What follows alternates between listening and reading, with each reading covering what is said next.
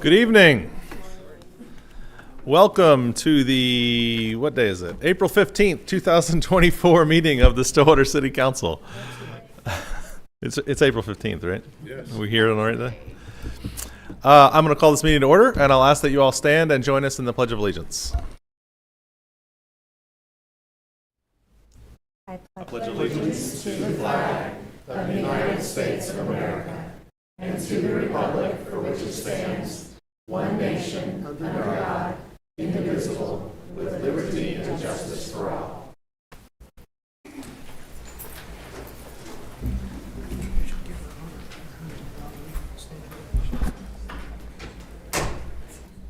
All right. First up tonight, we have a couple of proclamations and presentations. First off, we're going to have a proclamation here in recognition of Child Abuse Prevention Month. I know we have several community partners here from Payne County Health Department and I think some other folks. So I will go ahead and read this presentation, and then Kelly, if you and your team want to come up and tell us a little bit more, that would be great. Whereas Stillwater's future success depends on nurturing the healthy development of more than 7,000 children living, growing, and learning within our community. And whereas research shows that safe, nurturing relationships and stimulating, stable environments improve brain development and child well-being, while neglectful or abusive experiences and unstable or stressful environments increase the odds of poor childhood outcomes.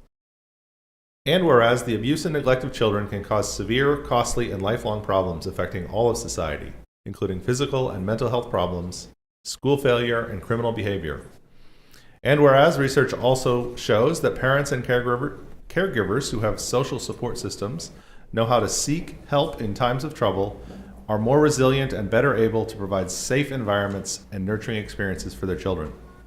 And whereas individuals, businesses, schools, and the faith-based community and community organizations must make children a top priority and take action to support the physical, social, emotional, and educational development and competency of all children.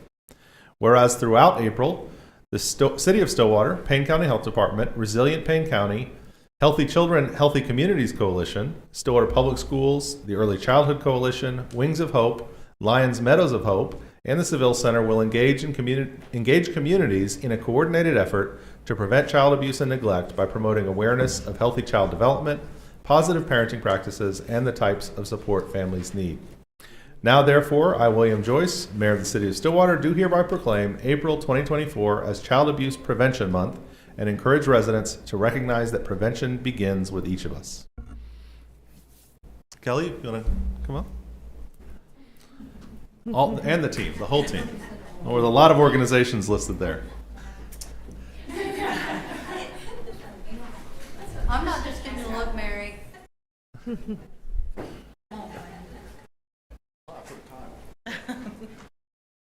Thank you. If you could step to the mic, Sure. We want to make sure you get on TV.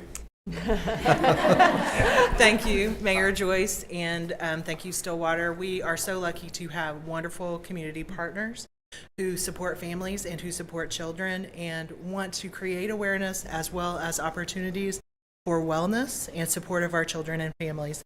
And so I would like you all to come up and say your names and who you're representing, if you would, please. If I have to be on TV, you have to be on TV. So please come. We come on, go. Laura Shellhammer, and I'm here representing the Early Childhood Coalition. Laura Shellhammer, Early Childhood Coalition.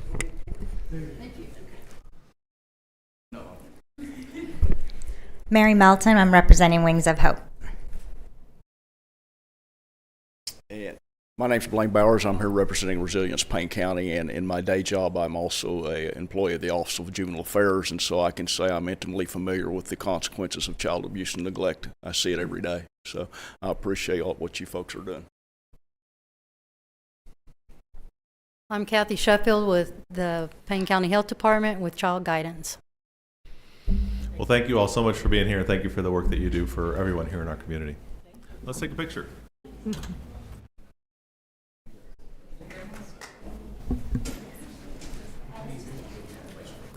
Yeah, you will.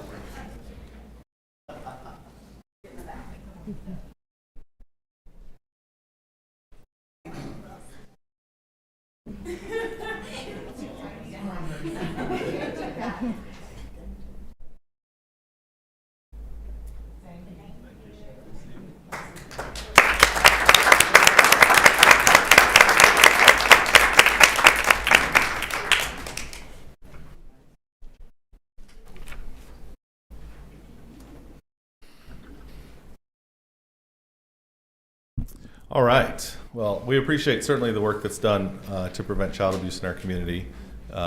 We have a more exciting and fun proclamation here to do next in recognition of the 100th birthday of local resident Albert Rutledge. And I know Mr. Rutledge and his family are here.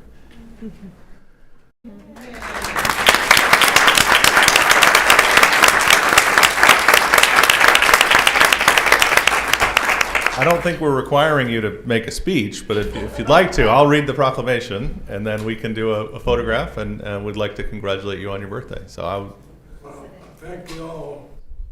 And there's many places in the world you wouldn't live half that long. I owe a lot to the community. I appreciate it. Thank you. Thank you, sir.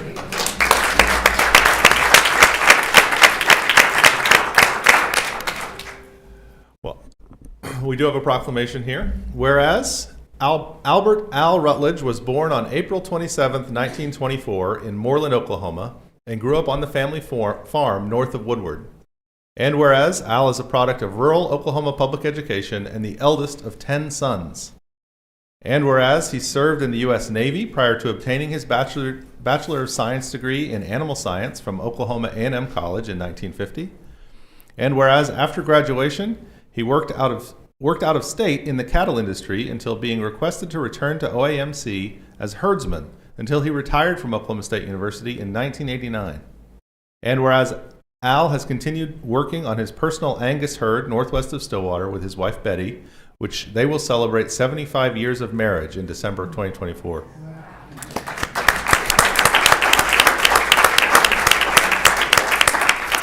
And whereas Al and Betty have 3 children, 3 granddaughters, and 10 great-grandchildren, and have invested their entire adult lives in the betterment of Stillwater. Now, therefore, I, William Joyce, Mayor of Stillwater, Oklahoma, do hereby honor Albert Rutledge on his century of life, leaving a legacy of fundamental service to the cattle industry and exemplary dedication to educating OSU agriculture students, and I believe his example will continue to guide others throughout the century to come.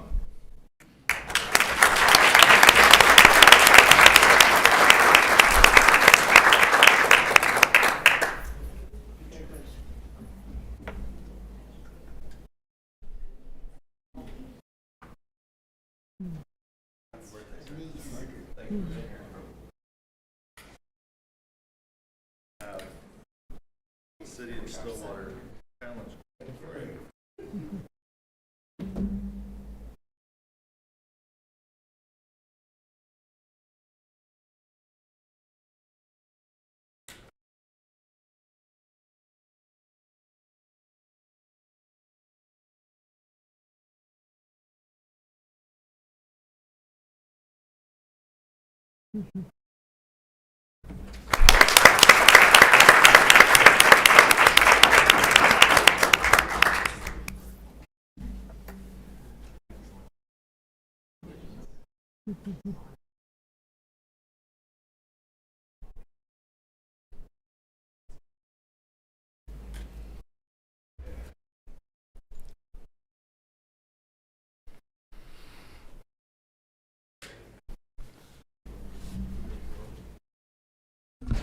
Thank you all so much for being here. Thank you.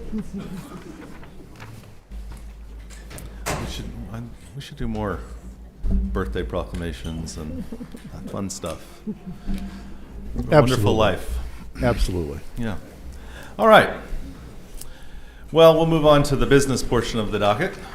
Item 4 on the agenda is the consent docket. Councilors, questions, comments, or action on consent? I move approval of consent. Second. We have a motion and a second to approve the consent docket. Please vote.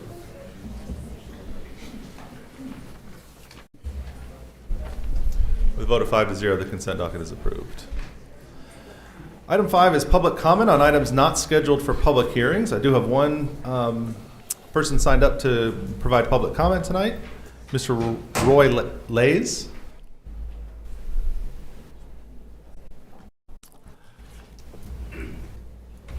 I think you're here to comment on one of our resolutions, correct? Yes, on the resolution on the item 61. All right. If you First, I'm Roy Lays. I reside at 2609 South Mar Vista in Stillwater. I was on the city commission, city council, 93 through 96. So at that time, we did have a bid preference. And I know I'm not supposed to probably talk about the bid preferences this time, but that's where I'm working to. But let me tell you just a little bit about the company that I'm here representing, B&L Heating and Air. Cut me off if I'm get out of line. First, let me just tell you a little bit. We have, for the past 5 years, our average total revenues averaging $6.8 million a year. We're not a large company, but we're a fair-sized company. Our employee wages average $1.8 million per year. Our Stillwater sales tax is $85,000 a year. Our Stillwater and Payne County is $107,000. Our property taxes are around $10,000. Our local fuel that we buy locally for our service vehicles, $67,000. Our local charities around $25,000. And our advertisement around $20,000. And our local vendors, at a list of them, Kinnemans and all that, we spend around $847,000 a year. And I'm a little struck today on what I can and cannot talk about, so just point me out the door if I get off on the wrong base. But during my years as a commissioner, we did have a bidder preference, and a 5 and 10%. And I think the city is working to clean that up and then try to reintroduce that under Title 61-106, I believe. And I'm just here to speak for that. And one of the reasons is our new fire department. We were within that bidder preference financial, and the money that we would have recovered off of that job would have been spent locally versus the bidder, the awarded bidder that was basically 20 miles east of Tulsa. So they'll be spending taxes on their Whataburgers and that while they're in Stillwater and buy a little tax.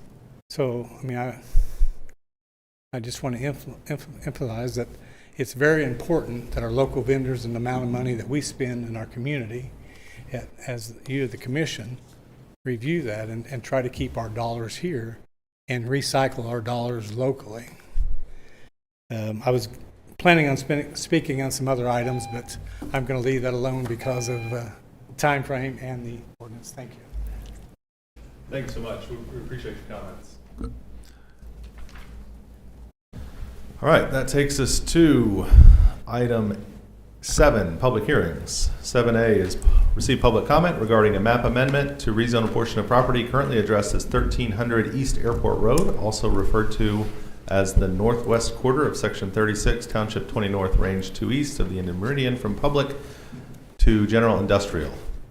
CC-24-43. Did we have good notice on this item? Yes, we do. Ms. Porter. All right, thank you. Good evening, Mayor and council members. Jacqueline Porter, City Planner, presenting on behalf of the Planning Department. This item, as mentioned, is a map amendment request by the Chamber of Commerce of Stillwater to rezone a portion of the property addressed as 1300 East Airport Road from public to industrial general to match the zoning with the rest of the property. The subject property is located in the southeast of the intersection of East Richmond Road and North Perkins. It is the full northwest quarter of Section 36. Armstrong facility is located to the south of the subject property with Sunnybrook Christian Church, Parkview Estates, and National Standards is located to the west, and then our Stillwater Energy Center is there located on the southeast corner.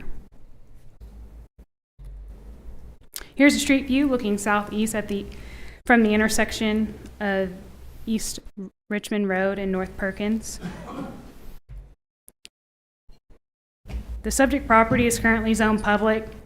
Mix of agriculture, light industrial, and commercial general are located to the north of the subject property, with mixed residential zoning and a commercial shopping to the west, and industrial general is located to the east and the south of the subject property. The future land use map was adopted with the 2030 comprehensive plan, which projects the desired use in the area at the time of the adoption of the plan. The projected use is to be industrial, and a portion near the intersection is to be commercial. The applicant representative, Elaine Zanotti, with the Chamber of Commerce is here, and staff is here for any questions. Thank you, Jacqueline. Councilors, any questions? All right, at this time, I'll open the public hearing.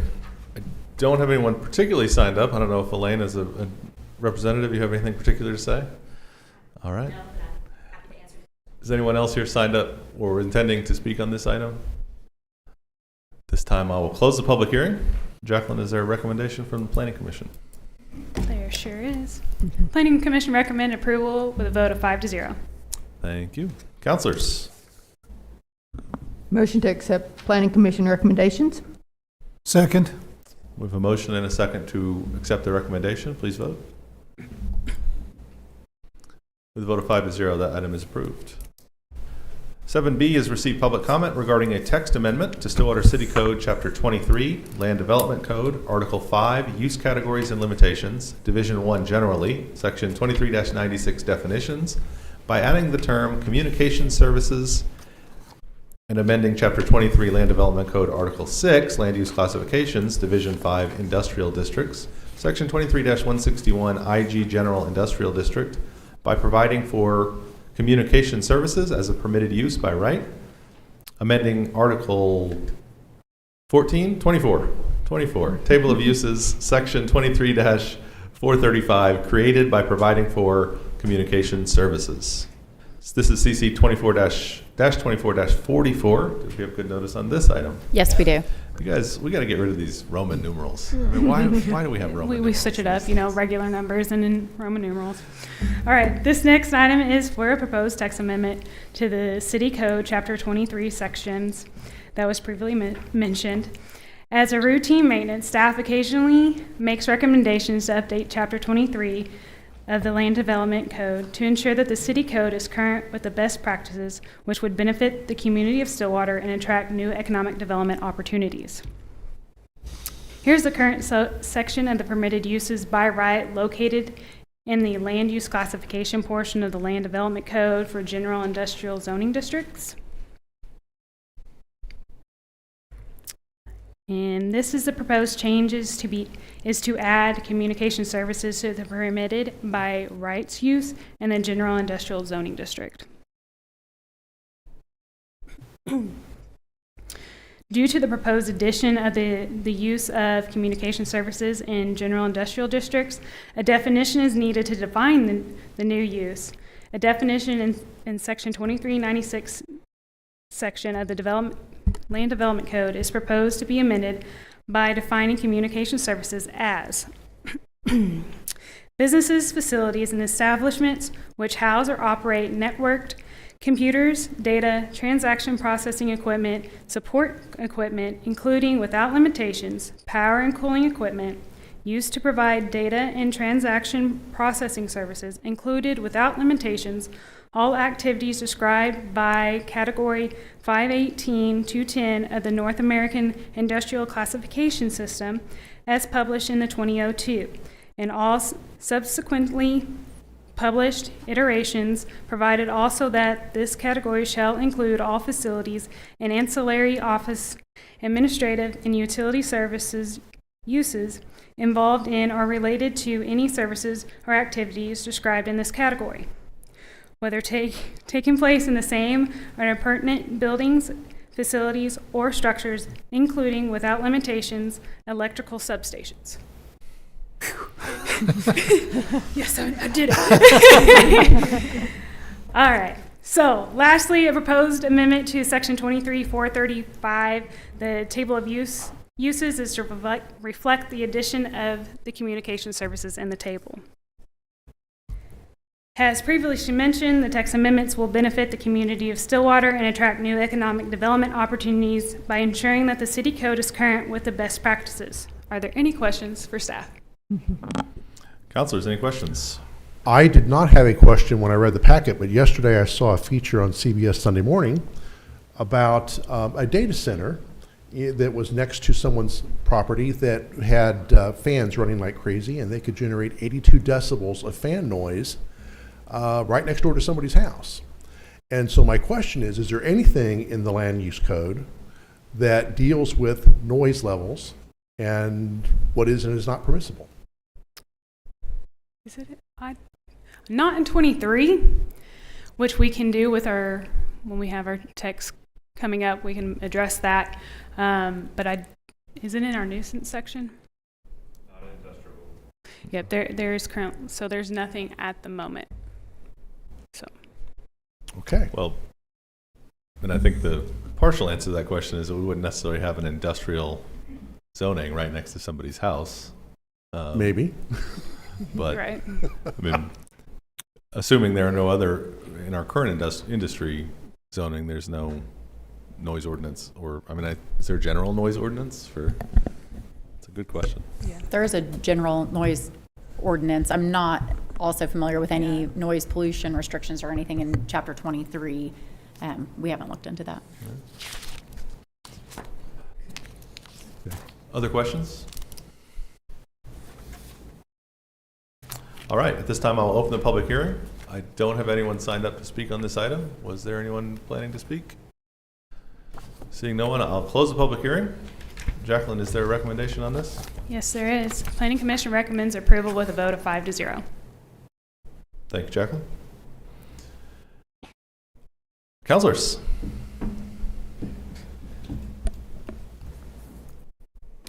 Motion to accept staff's Planning Commission's recommendation. Second. We have a motion and a second to accept the Planning Commission recommendation. Please vote. Item is approved with a vote of 5-0. Thanks, y'all. Thank you, Jacqueline. Item 8, general orders. We have our fiscal year 2025 budget presentation from Christy Club.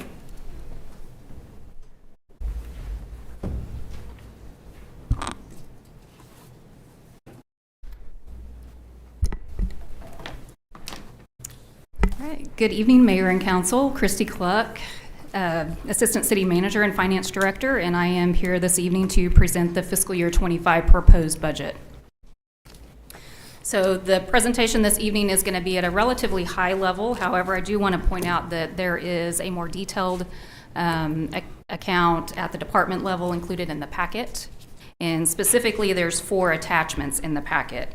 So that being the city budget by fund and department, the SUA budget by fund and department, the SEDA budget by fund and department, and then finally there is a general fund budget analysis. So here are the strategic priorities that have been adopted by the City Council. The strategic priorities provide a roadmap and guidance to staff as we identify the priorities that should be funded through the city's budget. Here's a look at the budget timeline. So any feedback that the council provides this evening will be incorporated into future presentations. So we are looking at a public hearing scheduled for May 20th, and then budget adoption scheduled for June 3rd, with our fiscal year beginning July 1st.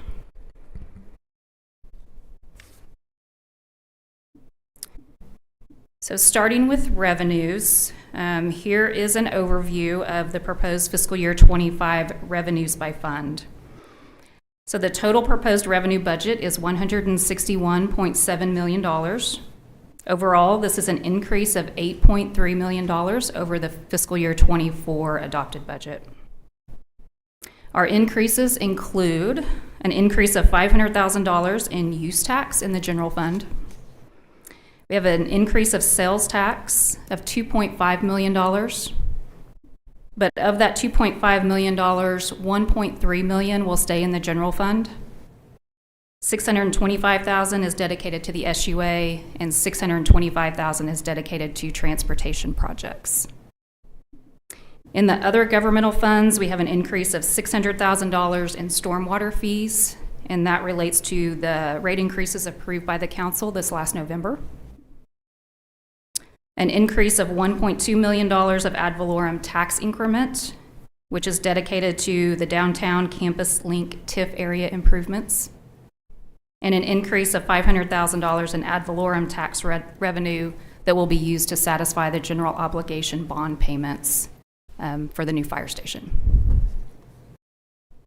In the airport fund, we have an increase of $500,000 in fuel sales, which is offset by an increase in fuel purchase expenditures. And you'll see that here in a couple of slides. In the SUA, we have a $3.3 million increase in water sales revenue and a $1 million increase in wastewater sales revenue.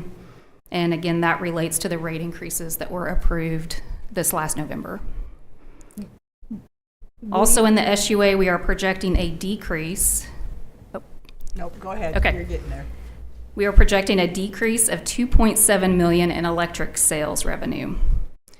So although the trustees did approve a rate increase for electric base rate, we are going to see the Storm Uri PCA expire mid-year in fiscal year 25. And then we are also projecting the standard PCA to decrease.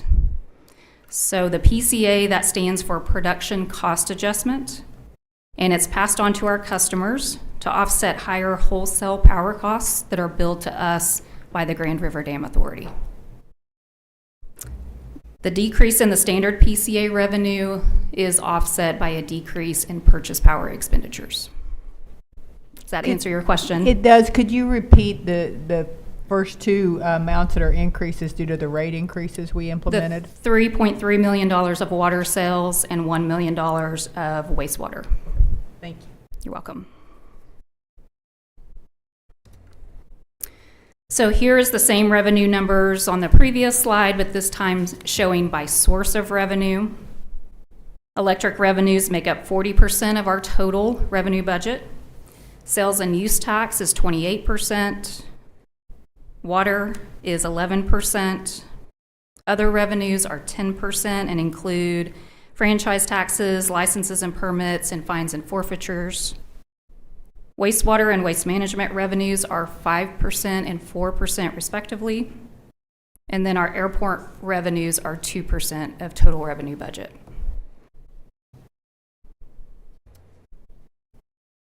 So moving on to our expenditures by fund type. The total fiscal year 25 proposed expenditure budget is $144.7 million.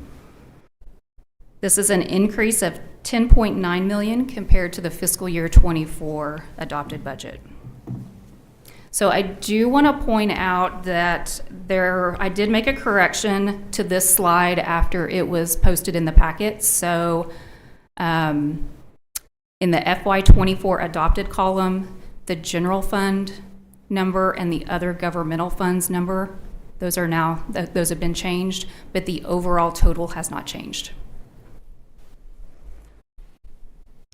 So some of the major differences in over the fiscal year 24 adopted budget are a $2.6 million increase in the general fund for a minimum revenue guarantee with American Airlines. There's a $500,000 increase in aviation fuel purchases in the airport funds. $1.2 million increase in downtown campus link TIF expenditures in SEDA. There's $5.8 million increase in personnel, but that is spread across all funds. And a $1.6 million increase in debt service payments, again spread across multiple funds. And that new debt was to fund a new computer fleet, 2 new fire engines, and also water and wastewater improvements. So here's our expenditures by category.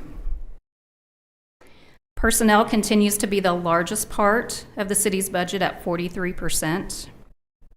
Purchase power is 20% of our budget. Other services and fees are 19%. Debt service is 10%.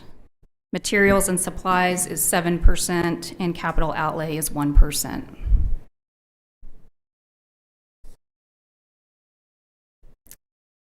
So this slide shows the same proposed expenditures, but by function. So kind of highlighting the top 5 areas of our expenditures. The largest percentage of our expenditures are directed towards our public safety at 21%. That's followed by purchase power, and then the electric utility operations, followed by the water operations, and then finally, kind of rounding out that top 5 is our internal service departments, which that includes the city manager's office, IT, HR, finance, and the city attorney's office.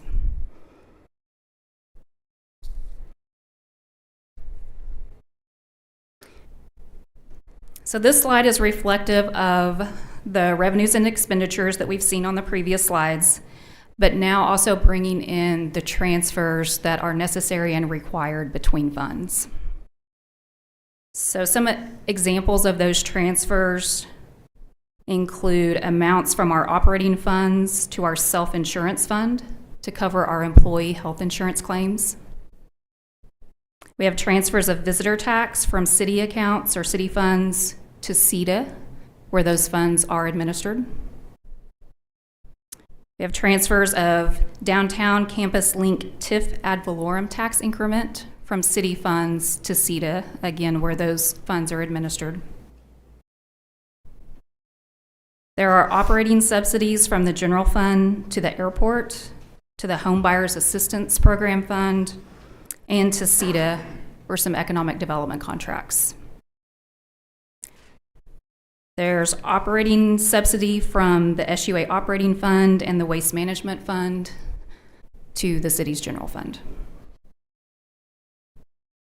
So I've included this slide in the transfers just because that is relevant in understanding the annual performance and net income of each of our funds. So the first 2 columns in this table are the unrestricted funds of the organization. So that first column being the city's general fund, and that second column being the SUA's operating fund. The third column includes all the restricted and designated funds of the organization. So this is going to include those restrictions and designations of the city, the SUA, and SEDA.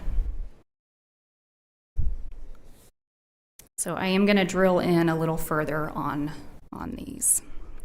So first, I want to drill into the restricted and designated funds.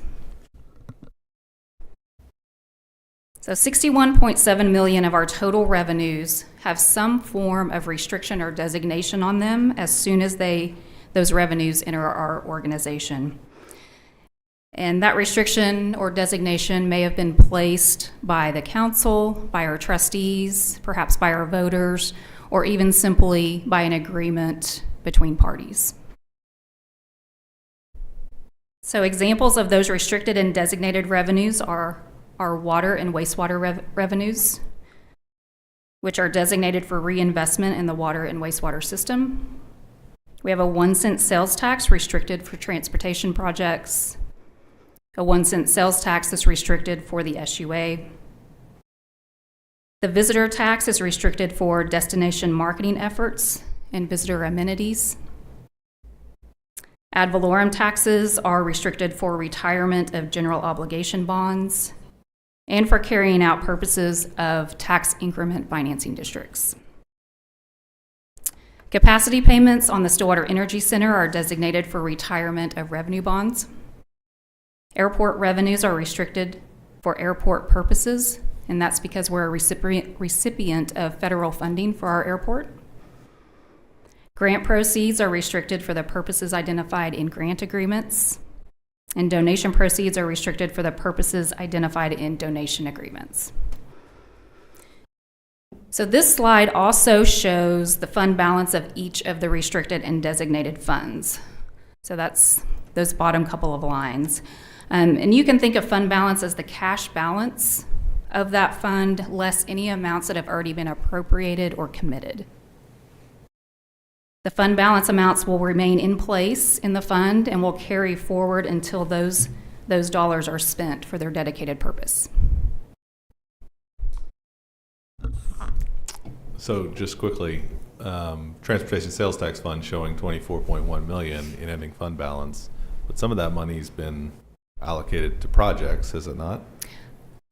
So anything that's already been appropriated by the council has already been subtracted out of the fund balance. Now, I can tell you that It's a lot of money sitting in there that we haven't appropriated. Yes. So what makes up that $24.1 million is an additional $10 million of revenue coming in or projected this to come in coming year, next year. sure. Yes. Yes. And I can assure you that our engineering department already has those funds spent. They just haven't brought it to us to approve? Correct. Okay. Correct. That's a great question, though. So I wanted to kind of drill in a little further on the other governmental funds column and the SUA funds column, because there are several funds that roll up into that. So I want you to understand kind of what's being presented in those columns. So in that other governmental funds column, that includes our rural fire fund, grant funds, we have a debt service fund, we have several donation funds, the stormwater fund, the home buyers assistance fund, transportation fee fund, self-insurance fund, general obligation bond fund, and the general fund emergency reserve fund. So in the SUA funds column, that's going to include our electric rate stabilization fund, our water and wastewater funds, our waste management fund, debt service fund for SUA debt, and the emergency reserve funds for each of the utilities.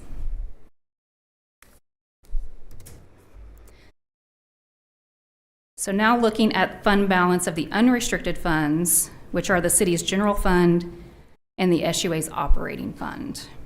So the general fund covers costs to operate police, fire, emergency management, engineering, library, parks, community development, finance, IT, HR, city manager's office, and city attorney's office. The SUA operating fund covers essentially the operation of the electric utility. So the city's general fund relies on an annual transfer from the SUA each year to cover its operations. For fiscal year 25, that transfer amount is $21.8 million, which is up 17% from the transfer in fiscal year 24 of $18.6 million. Detail on the general fund budget and required transfer from the SUA is included in your packet, and that's the document that's labeled General Fund Budget Analysis. So the SUA operating fund is showing a negative net income after we take into account the transfers to the city's general fund. So I just want to point out, to cover that deficit, $6.4 million of the SUA operating fund's beginning fund balance is being used. Is there any concern for future years that becomes problematic if we're spending down that beginning fund balance? For sure, yes.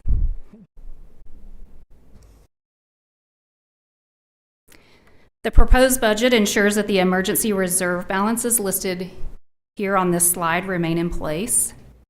This slide shows the target for each reserve account as well as its current balance. Emergency reserve targets were established using methodologies endorsed by the Government Finance Officers Association and the American Public Power Association. Emergency reserves are established and maintained to meet the city's needs during extraordinary circumstances. And that's where we incur an unexpected decrease in revenue or perhaps an increase in expenditures. So some examples of extraordinary circumstances may include an unforeseen decline in revenue that can't be mitigated simply by offsetting or reducing our expenditures. It could be a state of emergency that has some kind of financial impact, or a remediation of a public health or safety emergency. Use of emergency reserves requires approval of the council and trustees, so you would know before any of the reserves were used. And generally, a method to replenish reserve balances should be identified at the time that the reserves are approved for use.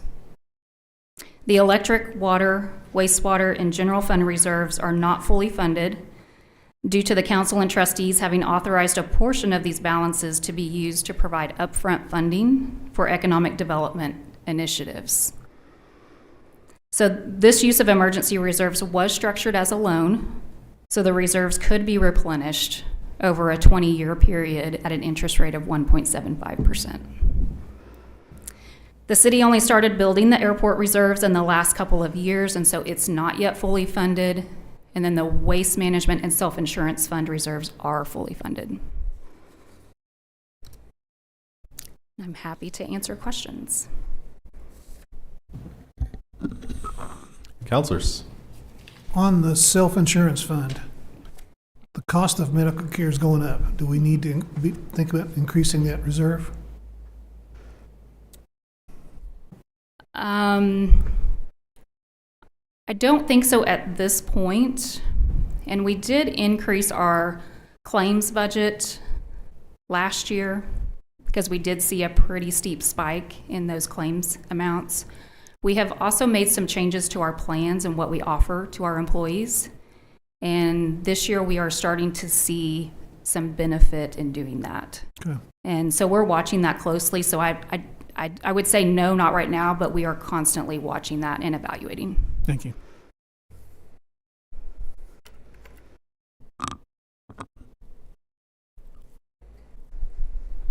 Christy, could you just take a second? I know you guys always do such a good job of explaining this to us as we're kind of at high level, but could you still kind of high level, but just remind us and then anybody listening kind of how each department rolls up their budget? Like, what's the process kind of behind the scenes of getting this to us? I think sometimes it's helpful for folks to understand where these numbers kind of roll up from and how the departments work on those. Absolutely.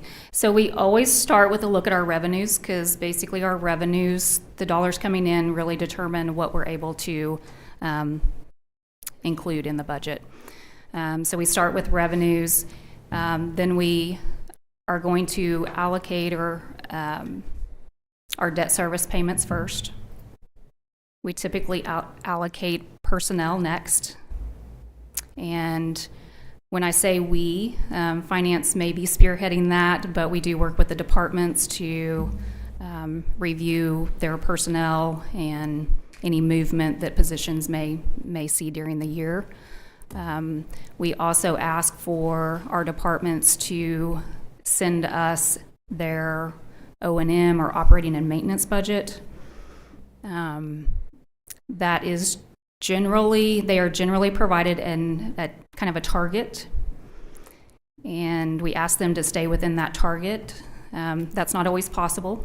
So if they have anything outside of their target, they submit that, and we evaluate those things on a case-by-case basis. Okay, thank you. Yeah.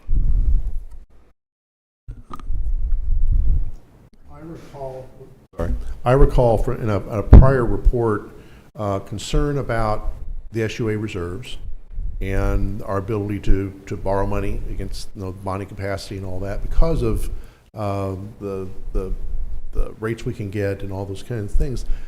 That continues to go down, right? So what are we going to do to solve this problem?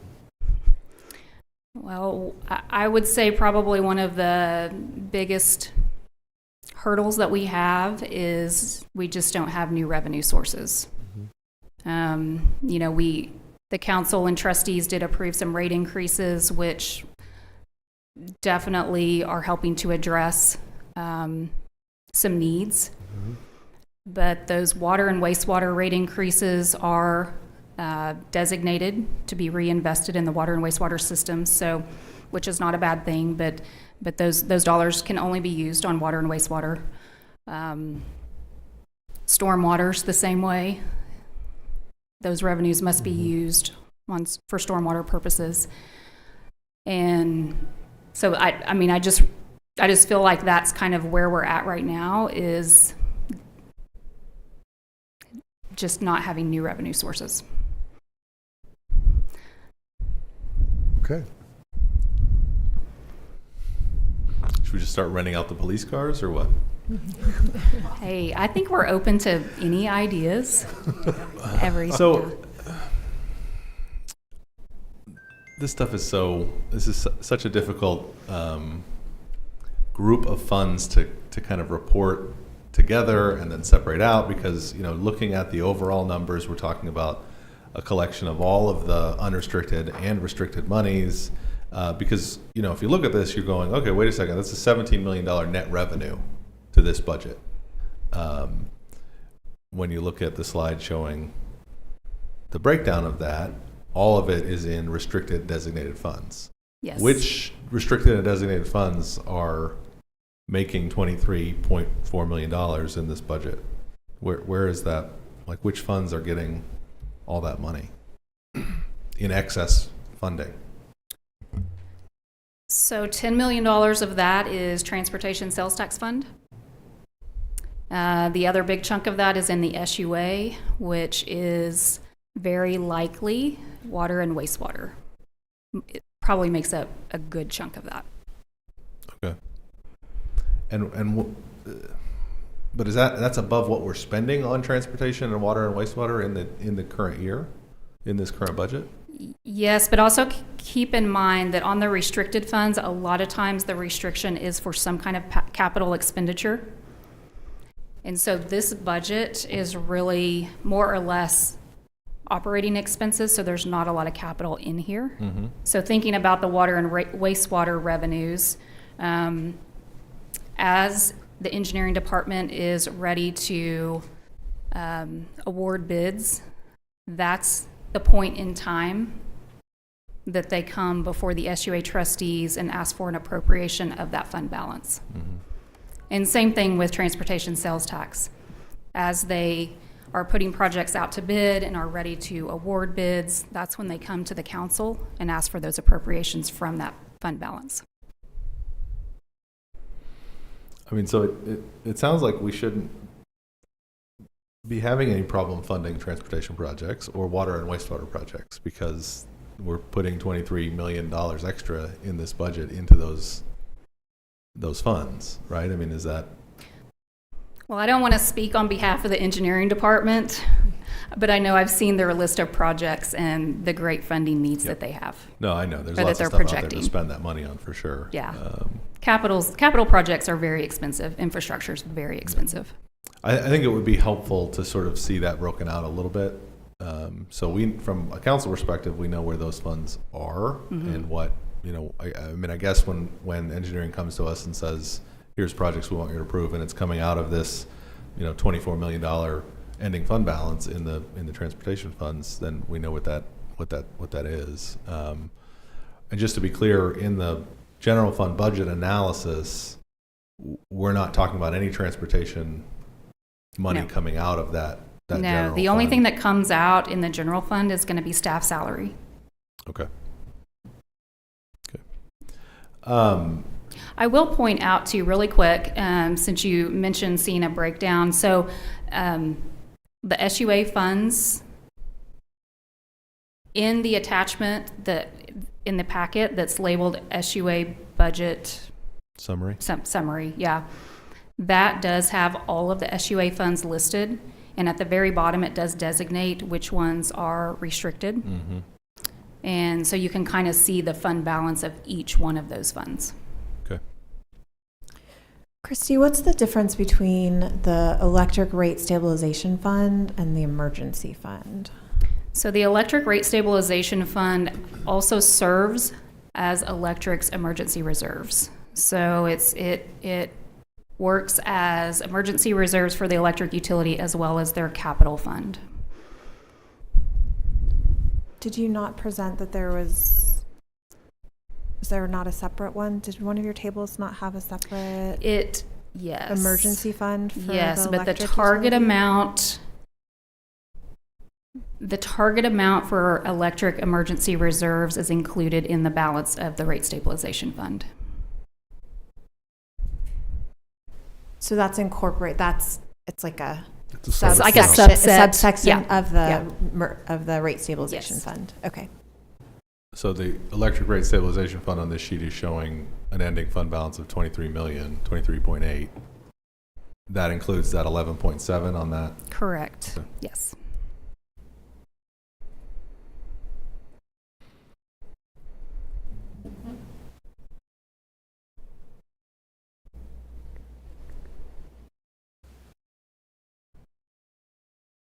I had another question here somewhere.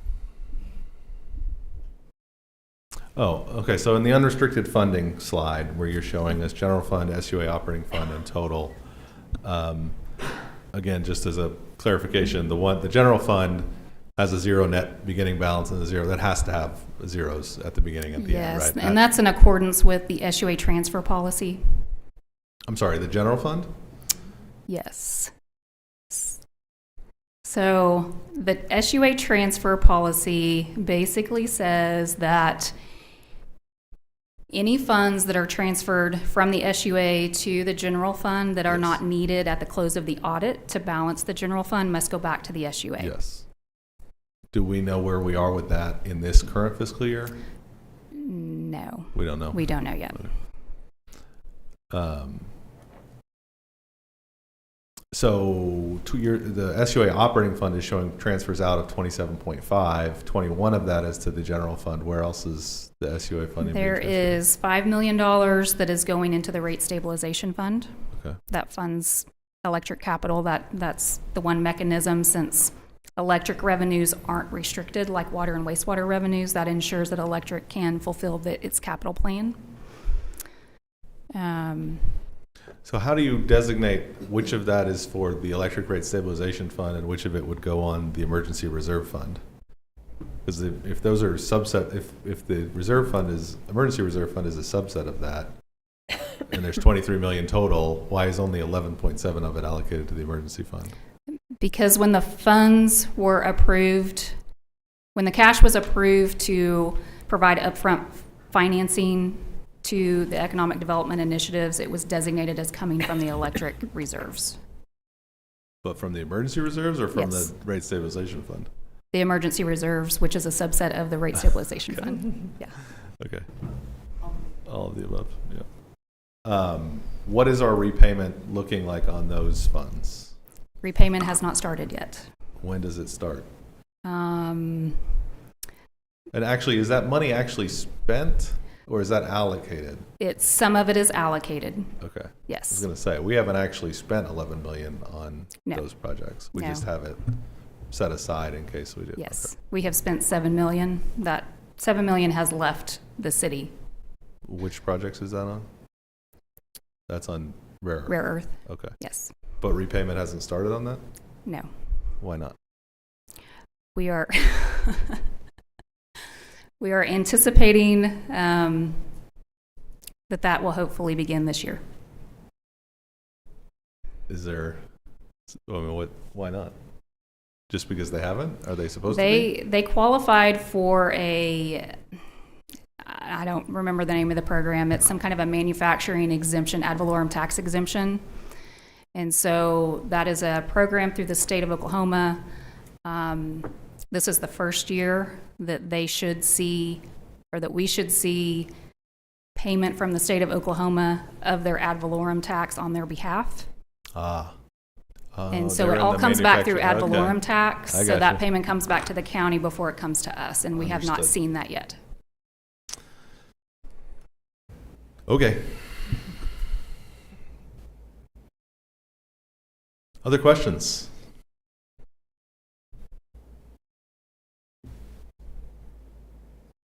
What's next in the budget process for us, Christy?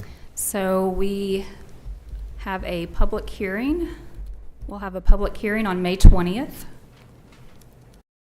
And then anticipate budget adoption on June 3rd. We just have one public hearing? Do we just? Mhm. I thought we had two. Yep. I remember that. May 20th public hearing. Okay. Counselors, further questions? The upshot here is we need to figure out more ways to make money. Is that what we're? Yes. Okay. Yes. Well, we appreciate your work on this. I know it's a complicated and difficult process to all of our departments on putting budgets together and figuring out ways to make sure we're able to provide the services we need to provide with the money that we have available. So thanks for your work. All right. Thank you. Item 9, resolutions. Resolution number CC-2024-9, along with sister resolutions in the SUA and SEDA, which is a resolution adopting revisions to the purchasing policy for the city of Stillwater and its trusts. Mr. McClenny. Welcome back. Good evening. Haven't seen you here in a while. I know, it's been a while since I've been here. Here tonight to talk about some updates to the purchasing policy. And the original policy was adopted by council in 2019. Since adoption, there's been some changes to state statutes with regards to purchasing thresholds. And then we've had some issues due to cost increases and inflation. And some of the issues are related to very, very simple routine items such as transformers, both commercial and residential, are starting to bump up against the $50,000 threshold, which would require us to bid those out. It already takes a while to get those, so that adds time. Copper primary cable is another one. Small construction projects, a lot of times we think that those might be so close to the $50,000 line that we bid them out anyway because we don't know where they're going to come in on which side. And then large vehicle equipment repairs are another one that's been a problem. The current city thresholds are up to $9,999 is open market. $10,000 to $49,999 requires 3 written quotes approved by the city manager. And then $50,000 and above requires competitive bid and council approval. That threshold is established in city code, so it requires an update via ordinance. The other issue has been the local bidder preference that's very broad in our current purchasing policy. Now, I'll tell you that staff's standard operating procedure is to buy local whenever we can because it makes the most sense. If you can get it here, it makes sense to get it here because we can get it when we need it and from local vendors. The inclusion of that broad preference, it basically says in the policy Stillwater vendors. And I can tell you for sure that Stillwater vendors might be anywhere between inside the city limits to 200 feet outside the city limits to 2 miles outside the city limits. And we would all think of those as Stillwater vendors. So defining local would be important in terms of updates to that policy. The other thing is that it can't be applied to competitive bids under state law unless adopted by ordinance. And we don't have an ordinance right now that would allow us to do that. So any kind of a public construction competitive bid, we can't apply that local bidder preference. And then it's also difficult to apply to professional services that are solicited based on qualifications like architects and engineers, because we don't get prices when we solicit an RFQ for qualifications. So staff recommends the following changes. We'd like to establish purchasing thresholds to align with state statute and address issues related to cost increases and inflation. And those changes would be to change it to up to $49,999 would be open market.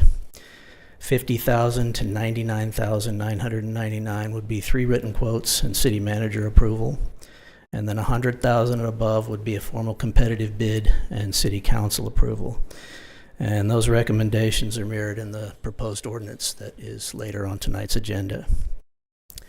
We also recommend that the local bidder preference be removed from the policy, and that if council wishes to establish a local bidder preference, direct staff to propose an ordinance that complies with state law so that we can actually implement that and resolve some of the issues that we're having with it.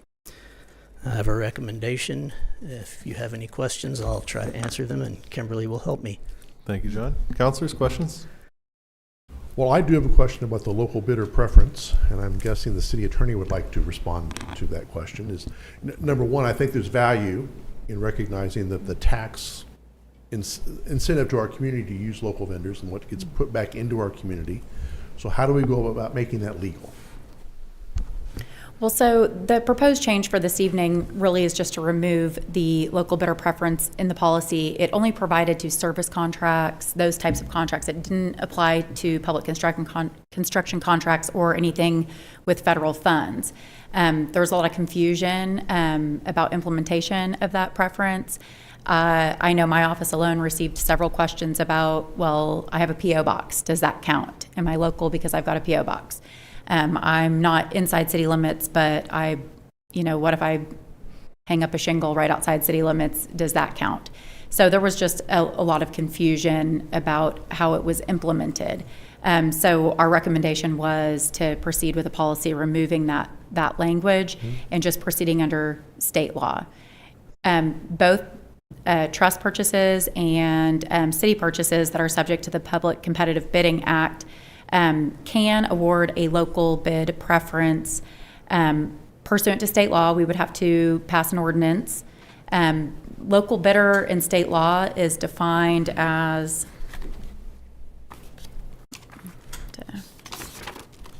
I don't think there's a I'm going to summarize because I don't have it right in front of me, but I don't believe there's a distinction between registered to do business in the state for the local bid preference and a city business. So if council wishes to revisit a local bid preference, we would need to determine if we're passing an ordinance so that we can apply the local bid preference to public construction projects or trust projects that are subject to the Public Competitive Bidding Act, or if we want to tailor a more narrowly defined local bidder preference for other purchases by the city. Have I answered your question? I believe so. And so if we were to direct staff to pursue this, just some very general language will allow you to do the research you need to do to come back with some suggestions. Yes, I will do that. You would like me to research and bring back some proposed inclusions of a local bidder preference? Does it need Yes. part of the motion that there's about to be in front of us? Because it says here that So the main changes this evening, it does currently remove the confusing local bidder preference from the policy. And again, that only pertains to purchases that would not be subject to the Competitive Bidding Act. If we were to proceed this evening, it still syncs up changes with current legislation that the changes basically increased the threshold for bidding to 100,000 and synced up the Public Trust Act to require public bidding for public construction projects as defined by the Oklahoma Competitive Bidding Act. So all of the changes tonight are still good. I would recommend that you go ahead and pass those changes now and direct staff to bring back some proposed local bidder preference language to update the policy. And again, there's two different ways you can do that. You can include some more narrowly tailored language in our general policy, and then if it were to trigger the Public Competitive Bidding Act, we would need to proceed under the provisions of Title 61. Okay, I'm going to ask my question a different way. Okay, under recommended action and motion, it makes reference to directing staff to do something. And that's an option. So my question is, does a motion need to include that direction? That option was provided to give council an opportunity to direct staff to bring back a local bidder preference by ordinance, so that public construction projects and trust purchases that trigger the Public Competitive Bidding Act could consider a local bidder preference. And council directs staff through its motions. Yes, that can be done this evening. Thank you. It's confusing, but really, if you can still pass the resolution tonight without specific action from the council to direct staff to do that. Staff will work on that and bring back a separate agenda item to consider those changes. I would still recommend implementing the purchasing policy changes because we need to catch up to the changes to state law. Okay. So based on my questions, you're going to bring it back whether I direct you to or not? Yes, Yeah, thank city you. staff will. I do think there's some communities in Oklahoma that do that. I think the city of Tulsa has a local bidder preference, if I'm not mistaken. So maybe there's some language to borrow and discussions to be had there. Well, we talk up here all the time about shopping local and buying local, and if we're going to tell other people to do it, we need to make sure we're doing it as well. So I mean, from our comments from earlier this evening, I mean, there's clearly absolute economic benefit in us keeping those dollars, here in Stillwater where they're being spent and donated and all that sort of thing. So, if we're going to pull it out of the policy now, I would like staff to relatively quickly figure out what the best option is to bring that back and to make it, it sounds like make it more impactful. It sounds like the policy we have is a bit too squirrely to actually make a huge difference or as big of a difference as it could if we had a more directed and more defined and more relevant and accurate policy. Really need to know where the line is.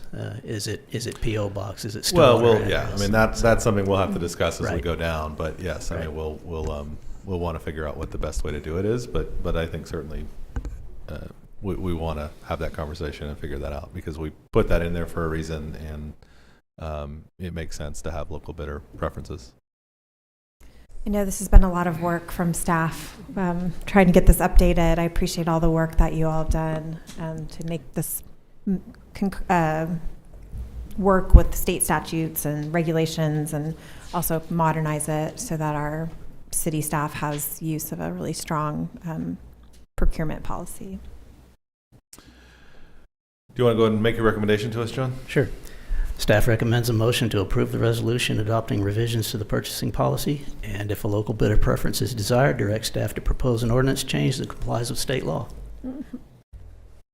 Councilors? I move to approve staff recommendation with that direction.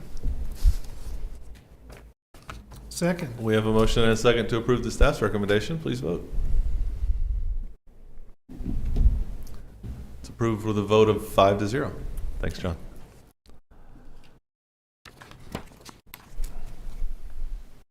Resolution CC-2024-10, a resolution amending Resolution CC-2024-4 of the Stillwater City Council to revise the number of members on the Washington School Advisory Committee. This is a request by city staff to make a minor revision to increase the number of members of this advisory committee. Really, this change being requested is out of an abundance of caution due to some membership overlap between our city advisory committee and other organizations that are going to be engaged in fundraising for some of the same efforts at Washington School. So we recommend increasing the number of members to 11. From 5. Further questions, councilors? Or action on the resolution? Motion to adopt resolution CC-2024-10. Second. With a motion and a second to adopt the resolution, please vote. Resolution is adopted with a vote of 5-0. Item C, resolution number CC-2024-11, a resolution adopting the guidelines for processing tort claims and workers' compensation claims valued at less than $100,000. So this resolution seeks approval to increase the settlement authority of the city manager for tort claims and workers' compensation claims. Typically, as a best practice, the purchasing limitation, the city manager piggybacks this provision in the ordinances. So again, whereas you'll see in the proposed ordinance changes this evening, a request to increase the purchasing authority of the city manager to $100,000. This just piggybacks on that, and also minor revisions to the guidelines for processing tort claims and workers' compensation claims to sync it up with current practice. Questions, councilors? Or action on the resolution?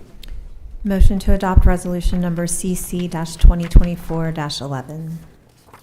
Second. With a motion and a second to adopt the resolution, please vote. Resolution is adopted with a vote of 5-0. Item 10 is ordinances. On first read, we have Ordinance 3534, an ordinance amending the Stillwater City Code by amending Chapter 23, Land Development Code, Article 5, Use Categories and Limitations, Division 1 generally, Section 23-96, Definitions, by adding the term Communication Services, amending Chapter 23, Land Development Code, Article 6, Land Use Classifications, Division 5, Industrial Districts, Section 23-161, IG General Industrial District, by providing for communication services as a permitted use by right, and amending Article 24, Table of Uses, Section 23-435, created by providing for communication services as a permitted use by right, as an IG General Industrial Use, repealing all ordinances to the contrary, and providing for severability. Councilors? Move to advance ordinance 3534 to second reading. Second. A motion and a second. Please vote.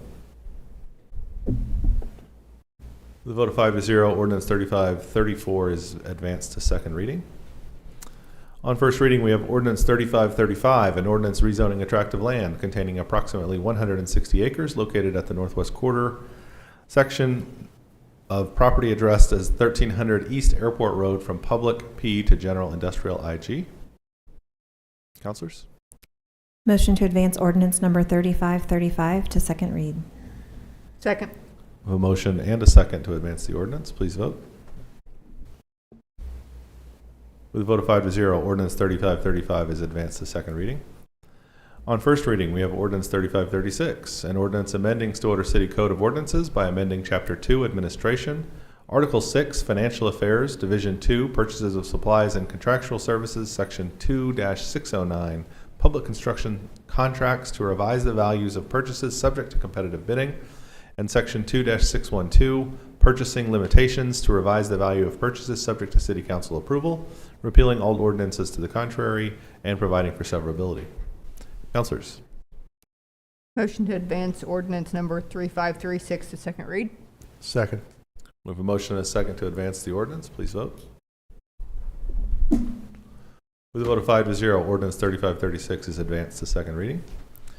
On first reading, we have ordinance number 3537, an ordinance amending the Code of Ordinances of the City of Stillwater by amending Chapter 2, Administration, Article 1, in general, by amending Section 2-1, Tort Claims, Workers' Compensation Claims, and Payment. Councilors. I move to advance ordinance 3537 to second reading. Second. A motion and a second to advance the ordinance. Please vote. With a vote of 5-0, ordinance 3537 is advanced to second reading. On second reading, we have ordinance 3532, an ordinance rezoning tracts of land located at 1515 North Boomer Road and 1120 North Husband Street from commercial general and commercial shopping to P Public. Councilors. Motion to adopt ordinance number 3532. Second. We have a motion and a second to adopt the ordinance. Please vote. With a vote of 5-0, ordinance 3532 is adopted. Next up, we have appointments. First up, the Stillwater Public Library Board. We have a couple of seats that are open to second terms or that are up for second terms. We have Catherine Ross and Donna Sinnis, who have been serving for their first term, were appointed in May of 2021, and are now up to be considered for a second term, which they are both willing to do. So I will move that we reappoint Catherine Ross and Donna Sinnis to the Stillwater Public Library Board. Second. A motion and a second. Please vote. With a vote of 5-0, those appointments are made. Thank you both to Catherine and Donna for their service to the Public Library Board. The next item is the Public Library Trust Board. There are 5 trustees on this board. Cynthia Francisco is up for reappointment to the board on a term that would end in, her term ends in June of 2024 and would be extended for another 3-year term. She's willing to do that, so we'll move to reappoint Cynthia Francisco to a new term on the Public Library Trust Board. Second. A motion and a second, please vote. With a vote of 5-0, Cynthia Francisco is appointed to the Public Library Trust Board. Thank you again for your service as well. On the we're on the Rural Water Advisory Board. We have a couple of current vacancies. A seat previously held by Danny Wick and a seat previously held by Kent Bradley. Kent Bradley's seat expires in 2024. I'll move that we appoint Bill Furman to complete that term. And Danny Wick has been serving on that board. I move that we reappoint him to a seat on that board that would expire in December of 2026. Second. So a motion and a second to appoint Danny Wick and Bill Furman to the Rural Water Advisory Board. Please vote. Those are approved with a vote of 5-0. And then we just created several new seats, 5 new seats, 6 new seats. 6 new seats. Okay, I was going to say, we created 6 new seats, but I have 5 appointments so far for people to serve on the Washington School Advisory Committee. I'd like to nominate Thomas Fields, Ann Houston, Calvin Miller, Jesse Sims, and Kay Stewart to serve on the Washington School Advisory Committee. Second. We have a motion and a second. Please vote. With a vote of 5-0, Thomas Fields, Ann Houston, Calvin Miller, Jesse Sims, and Kay Stewart are all appointed to the Washington School Advisory Committee. We really appreciate the service of those folks and all the folks that we've appointed tonight or reappointed tonight, and everyone else who serves on our volunteer boards here at the City of Stillwater. That takes us to reports from the officers and the board. Ms. Meek. Actually, I usually start with the city attorney, but you don't have anything tonight, correct? No, nothing. So let's jump to the city manager. I'll let you have mine. We now have an opt-in notification system for those who want to receive non-emergency important notifications. Some examples of the notifications may be to tune into Emergency Management's Facebook page as we are dealing with possible weather. If council is considering a bond election, making sure residents are aware and can tune in to watch the meeting. If needing to avoid an area due to a wildfire, if we have a change in waste management collection hours, or City Hall offices are closed, and many more reasons. You may enroll and unenroll at any time by signing up online at stillwaterok.gov/notify. I happen to have 2 tonight because I'm special. What time should I expect to receive text from the city? 2:51 a.m. Just like the city manager. Just like the city manager for her bill. Yes. This week is National Public Safety Telecommunicators Week and National Animal Control Officer Appreciation Week. It's important to recognize and honor the dedicated individuals who work tirelessly to ensure the safety and well-being of our community. We want to thank our public safety telecommunicators for their calm demeanor, quick thinking, and unwavering commitment to make a critical difference in saving lives and maintaining public safety. We also want to thank our animal control officers for their compassion, empathy, and dedication that make a significant difference in the lives of both animals and people alike. Thank you to all. Absolutely. Thank you. Vice Mayor. If you notice street flooding or drainage issues, street light outages, trash collection, or animal control concerns, or other issues within the city, please share those with us online at stillwaterok.gov/report. The Citizen Request Tracker helps alert city staff of areas that need to be checked out and possibly repaired. So I guess this is citizens' way of communicating back to us. So I did have a question as I was reading that. Does it just kind of go into the abyss? How do they know if it's been seen by somebody or handled or? You actually get you put in your email or your phone and you get a notice back. I've used it several times. It's really great. They do a good job. They do send you an email back or someone will contact you if they need to. But yeah, you will get a notice or an email back saying, we got your report and we're working on it. I love that. Yep. The streetlight thing is great. Send in a thing, my streetlight's out, that sort of thing. They will we'll get back to you. And you'll get a new LED street light when you do. I was going to say, hopefully we won't have that problem very much anymore. They don't put lamps in. They replace the whole fixture. Yep. Councilor Hawkins. The Stillwater Arts Festival is coming up and has more than 50 regional artists this year. This year's event will be at the Prairie Arts Center, 1001 South Duck Street on Friday, April 19th, 12 to 8 p.m., and Saturday, April 20th, 9 a.m. to 6 p.m. This is a family-friendly event that includes live music, artist demos, food trucks, farmers market, and much more. Go to artscenter.okstate.edu for more information. And for anyone who has never been to the Arts Festival here, it is a fabulous event, and I encourage everyone to go out. Absolutely. We should have beautiful weather for it this Yes. weekend, too. Councilor Clark.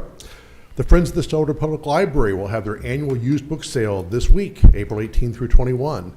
The preview night is, which will cost $10 at the door, is Thursday from 5 to 8 p.m., and the general public sale is Friday from 12 to 8 p.m., and Saturday from 10 a.m. to 5 p.m. The dollar book bag sale will be on Sunday, 1:30 to 4. Bags will be provided, and there's no limit. Just fill your bags up. And the event will be at the library located at 1107 South Duck. For more information, go to stillwaterok.gov/library. So you could go to the Arts Festival and then to the book sale. Absolutely. Yeah. And then pack all the books home. All right. Councilor Harden. We are approaching the deadline to collect feedback for Stillwater's new comprehensive plan. If you have not participated in the survey, please do so as soon as possible.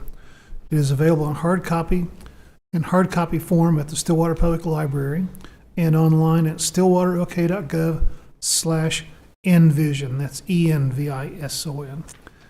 The comprehensive plan is important to establish a vision and blueprint for Stillwater's next 10 to 20 years. Thank you, Councilor Harden. If you have not been to that website yet, please, please, please go to that website and give us the feedback. There's great ways you can click on different parts of town where you think things need to happen. There's a lot of ways to give feedback on the future of our community. So please go to stillwaterok.gov/envision and provide your feedback for the comprehensive plan. I'll also let you know to save the date for our annual Household Hazardous Waste event on Saturday, May 4th from 8 a.m. to 1 p.m. at the Convenience Collection Center. This event offers residents the opportunity to dispose of oil-based paint, pesticides and herbicides, lawn care products, pool chemicals, craft and hobby supplies, mixed fuels, and pharmaceuticals for free. The collection center is located at 807 South Perkins Road. So May 4th, Saturday, May 4th, 8 to 1 is the hazardous waste event. That takes us to questions and inquiries, which we almost never do here, but I noticed the other day that we have our new website address, stillwaterok.gov, and our email addresses have all still been at stillwater.org, but it looks like our email addresses are now stillwaterok.gov is you can use for our email addresses, so everything's together. Yes, I don't know if I missed that announcement or I just noticed it the other day, but I'm really excited about that because I like our new website address a lot better than the old one. So mayor@stillwaterok.gov, Councilor Clark, Councilor whoever, at stillwaterok.gov. But the old addresses still work. The old ones still work too. It all works. It just automatically updated for me the other day when I typed something in, and I'm excited to see that. So thanks to our IT folks for getting all that stuff changed over. Anything else? Is there a motion to adjourn? So moved. Second. We have a motion and a second to adjourn the city council meeting. Please vote.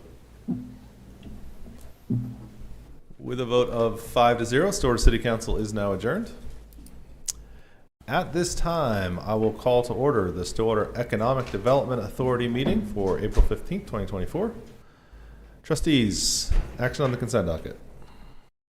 Motion to approve the consent docket. Second. Motion and a second to approve consent. Please vote. With a vote of 5-0, the consent docket is approved. Next up, general orders, the Stillwater Chamber of Commerce Economic Development Quarterly Report from our representatives from the Stillwater Chamber of Commerce. We get a double header tonight. We do have a double header. Good evening, trustees and mayor. Elaine Zanotti, President and CEO of the Stillwater Chamber of Commerce. I couldn't be more excited tonight to stand before you and be able to introduce our Director of Economic Development, Carrie Moore. She will deliver a great report. You guys probably in your packet got a lot of information. She hit the ground running, started the end of February, and between then and now, I don't think she's let any grass grow under her feet. She has stepped in. The exciting thing about Stillwater right now is it seems to be on the radar for a lot of interesting projects. We are working on 2 major ones right now, which we are very excited about. She'll report a little bit more on that. We did a kind of a bird's eye view of the report because there was a lot of information in there. Did want to clarify, one of the things that we included this time in the report is RFPs that were received and a little bit of information about them and then the reasons why we did or did not pursue them. Wanted to expand on that a little bit. Didn't want to leave Carrie on her first one doing that. One of the things that we are looking to do as we move forward is 2 things. One is get together with city administration as well as Carrie and myself to talk about accepting RFPs and what makes sense for the city of Stillwater. We don't want to answer an RFP just to answer an RFP. We want to make sure it makes sense for the forward movement that we seem to be seeing in the city of Stillwater. We also, we wish there was a general way that RFPs were done and we got this, that each one wanted the same information every time. So sometimes when we get an RFP and there's a short turnaround time, we are mindful of the current projects we are working on as well as what ourselves and the city staff are doing, and so don't want to overwhelm both sides of it as far as answering that. So we've had some great RFPs sent to us, but we also have some ones that weren't a good mixture based on what the requirements were. So wanted to give some clarification on that. I will turn this now over to Kim. Before you move on, I do want to talk about that a little bit. Sure. Because I frankly was disturbed by the fact that we have RFPs coming to us. We're looking to the chamber to be that voice to outside entities. and you basically said, we're busy with these two, so we're not going to deal with these three. Well, I apologize if the wording looked that way, Trustee Clark. I think one of the things that we wanted to do is show that there were a few of those that did not meet the requirements based on what they were asking for. And then based on the fact that we do have two large projects, it is probably not good to try and go ahead and try and have another entity come in that is probably not going to be the right fit when we're in the midst of working on these two big projects. So it didn't make it look like, we don't want to make it look like we're not interested in working on these projects, but we want to be mindful of where we are currently with the two projects we're working on and what the requirements are for the ones sent in. So there is a lot of interest on the Armstrong facility, so I'll say that right up front. It's wonderful. It's a great building and facility, but in sifting through those RFPs, some of the requirements and some of the things they're asking for were just either not a good fit or just things that we couldn't get to them in a timely manner, and so we needed to go ahead and just say at this point we're gonna hold off on those. Is that on those, on specific ones? Because there is a line in here that says RFP responses on hold as we navigate Verde and Rohan. Some of those could be in a conflict. Yeah, some of those could be in a conflict of what we are doing with those two projects, and so in order to ensure that we keep the integrity of the privacy of what we are working on currently, we want to be careful about accepting those other projects and working towards those. So you're not like not responding to any No, RFPs we are while responding. we're No, doing we this? have a very good partnership with the Oklahoma City Chamber, and they understand what we're dealing with. We wanted to be transparent and upfront to let you know we are receiving RFPs. We are being mindful of the ones that are coming in, and believe me, if there was a project that was coming in that needed to be addressed and we wanted to have them come to Stillwater, we certainly would respond. Okay. And I will turn it over to Carrie. Thank you. Hi, everyone. I'm going to open this up.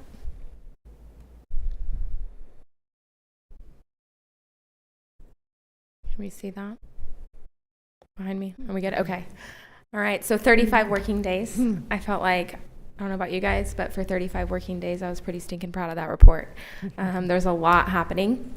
So, the formatting messed up. The accomplishments. We have started our monthly meetings with the city.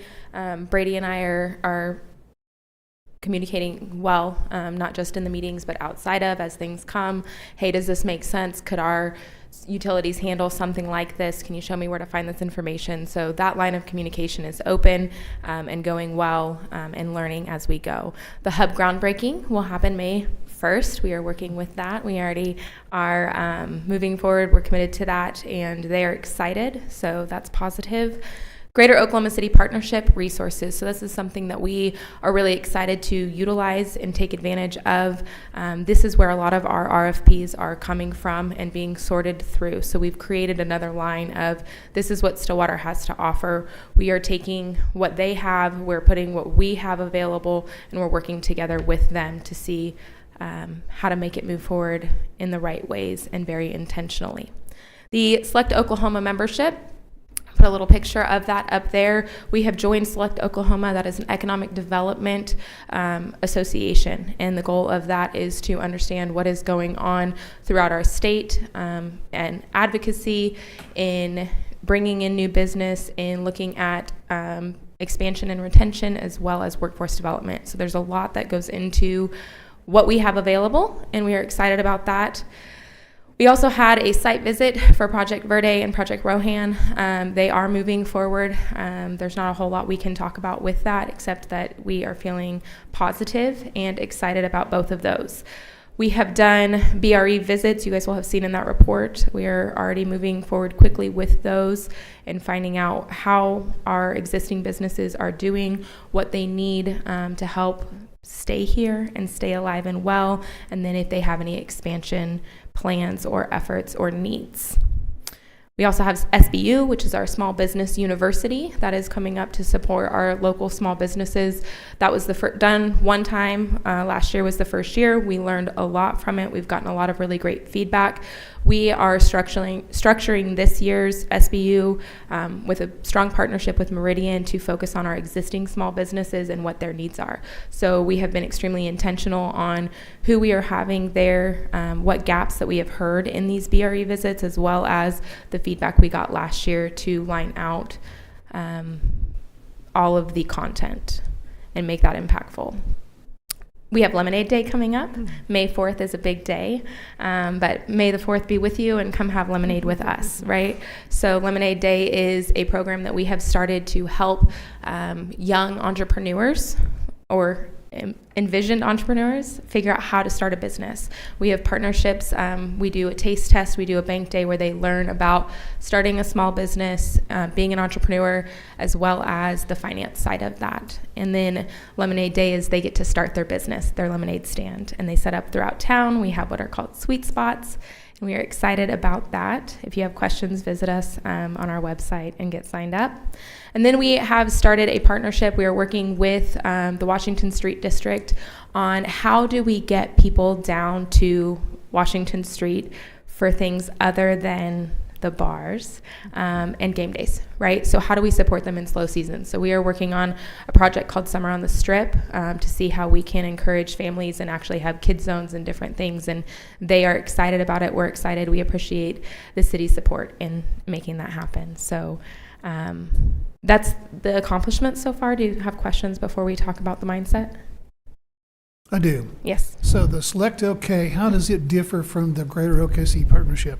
Are they two different entities? They are, yes. So Greater Oklahoma City is through the Greater Oklahoma City Chamber, and that works with a 10-county region, whereas Select Oklahoma is statewide.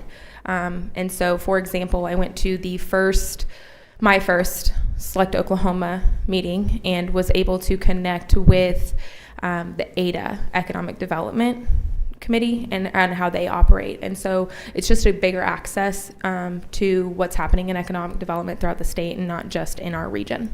Okay.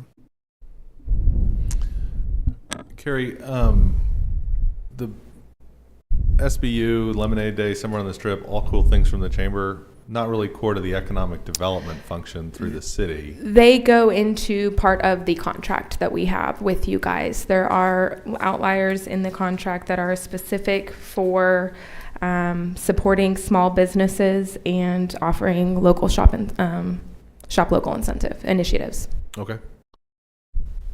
Thank you. You're welcome. I'm open to ideas if you have other ones. No. Okay. Great. So a broad range of things you guys are trying to get done. Yeah. It was very, I will say, eye-opening for me to go and be part of the Greater Oklahoma City, because when you look at economic development in other communities, they have an individual person that handles each area of economic development, whereas here in Stillwater and some of the smaller communities, we have one person trying to do all of those things. So it's eye-opening, and I would love to have somebody ride along on some of that. Any others?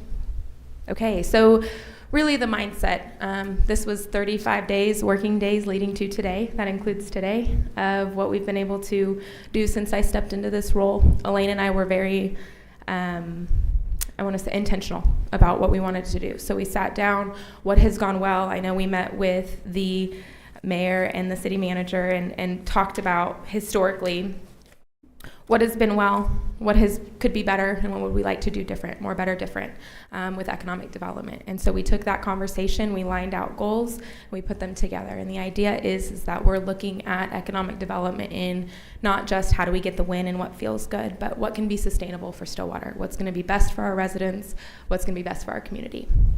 So any questions on our mindset moving forward? Okay, then what to expect. We are working on an RFP process. So the process is ours, the decision is theirs.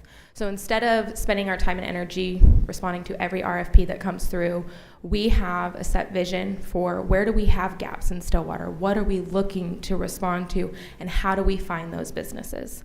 So that's in the process of creating a process, right? We want to be extremely intentional with Commerce Place. We have had a lot of inquiries of people wanting to, quote unquote, secure the land. They don't have a plan for the land, and it seems like they want to secure the land to then turn around and sell it for a profit, where we want to be extremely intentional about what goes in there so that it is good for the community, it is good for our industrial partners. Any questions about Commerce Place? Okay, Grow Stillwater website updates. I have not had a whole lot of time. This is in our 60-day area, not so much my 30, to work on the website. And what has happened, where it needs to go, and how do we keep the ball rolling on that. Then we will have an economic development committee. So we already have that. We're working on re-engaging them. We have our next economic development committee coming up. So we want to use those people that want to get involved to help us identify gaps and be a voice for people that there is a lot of misconception about economic development and thinking that it is only for chamber members. It is not. We are housed under the chamber, but we're here for the community. So how can we utilize them to get a broader voice and a broader connection? And then I am working on some economic development training, professional development. As you look at the website, I wanted to let you all know I've been participating in a fellowship with the George Kaiser Family Foundation called 1050 Forward that is focused on micropolitan communities, so communities between 10,000 and 50,000 are our size, right? Yeah. So more kind of in line. Ada actually, there's 3 inaugural communities, Ada, Muskogee, and Stillwater. Muskogee has done a very cool website that I think is something to look at as we are considering updates. It's called Muskogee. The title of the website is Muskogee Means More. It has some really great, just like marketing pieces about their community, and really includes a lot of information that could be maybe beneficial as we kind of reevaluate our website around economic development. I think it's really remarkable and could be, I think, knowing Elaine and the chamber and all the creativity that's there, I'm certain you'll find something that might be interesting to you all. I appreciate that. Anything else? Okay. And I'm going to add with the quote of add value to people because you value people.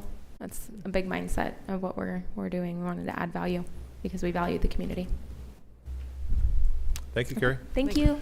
Further questions? Yeah, well, before they get away, I want to thank Elaine for something. I had reached out to you about the church at Cimarron Plaza, and there was an article in the news press indicating they had to move and they weren't having any luck finding anything, and the chamber can't help me, and because they're not members. And you and I texted back and forth several times that day, and you tried to reach out to them. You were unsuccessful ever getting a hold of anybody, but I appreciate the effort you went to try to help that church through their struggle. So thank you. Thank you all. Thank you. Nice job, Carrie. Thank you. Next time, we're not going to take it easy on you. Challenge accepted. All right.